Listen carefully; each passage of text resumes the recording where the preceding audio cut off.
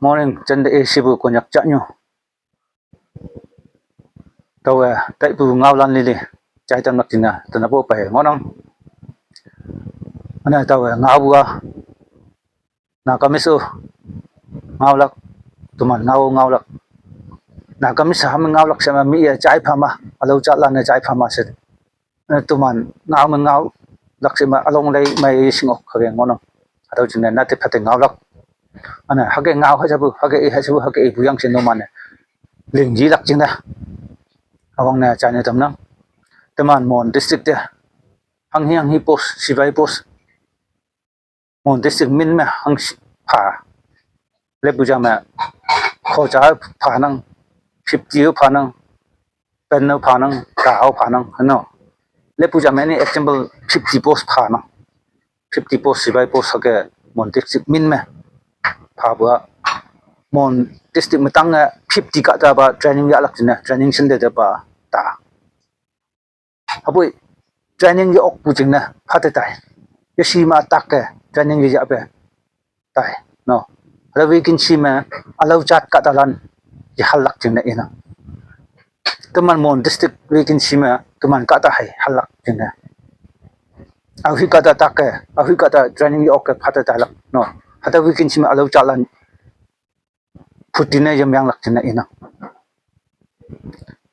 training center ma hakibu phate tai bu yeshima libu yeshima takyang training ge abe tai bu hata wekin chima yoi phai bu ka ta halak tingna sahab lan ba hage ngop ge hata tingna sahab lan ba ka ta li lak chi abe se ka ta phate ta lak chi abe se ka ta takyang training ge abe tai lak chi abe se hata hai lai training center ma hage ngop bu ya sahab lan hata tingna tuman mon district me post tuman vacancy mon district ching ma au hi chat ka tau ya halak chana ina hado singba man balan lungwe lan na hado chek sik ne myang ma mai lak hado te ana training ya bu ka ta lan no singlak atuman ka ta ha ke ngopu hasin ne ngopu 50 ngopu 40 ngopu le pu jam passing out ni hado khaksu ngo ya no hado training ya bu lan no singlak ne training passing out ni kata 50 jengoi kama 49 kata hai ngo kama le pujang adawa konyak oi balanda haga ngo nang bu tuman vacancy ma alo ka cha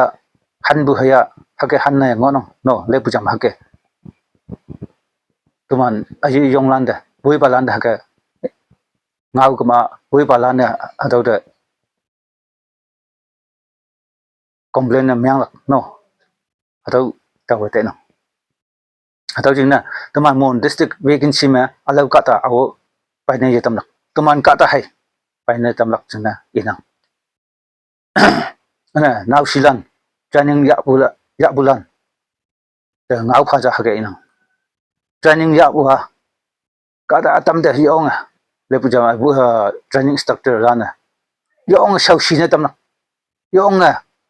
mong chang na tam lak no hage hatau jo ok puwa phate ta lak hatau china hatau da nan ne tawa hatau ok lak hatau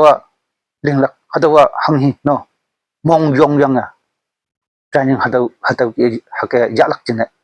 no man da mong yong lak china mon tang ho bole hatau ina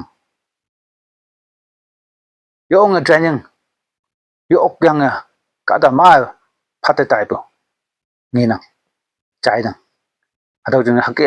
phate je ta lak na tawa ka to ni ma na tan na pu bu khai tawa ok lak tawa ling lak no mong yong lak ching na training hake ya lak ching na chala lan do ina ana wi ba lan do hatau awang na ibu ke tuman ka da pi passing out ni khaksu mon district metang hangsin chon hatau ke khaksu ngo ya hatau chik chau lak ching na chik sik ne myang lak ching na rikus ne myang nang ana nau silan do mong yong lak ching na atau halan hai chane tam bu phu shui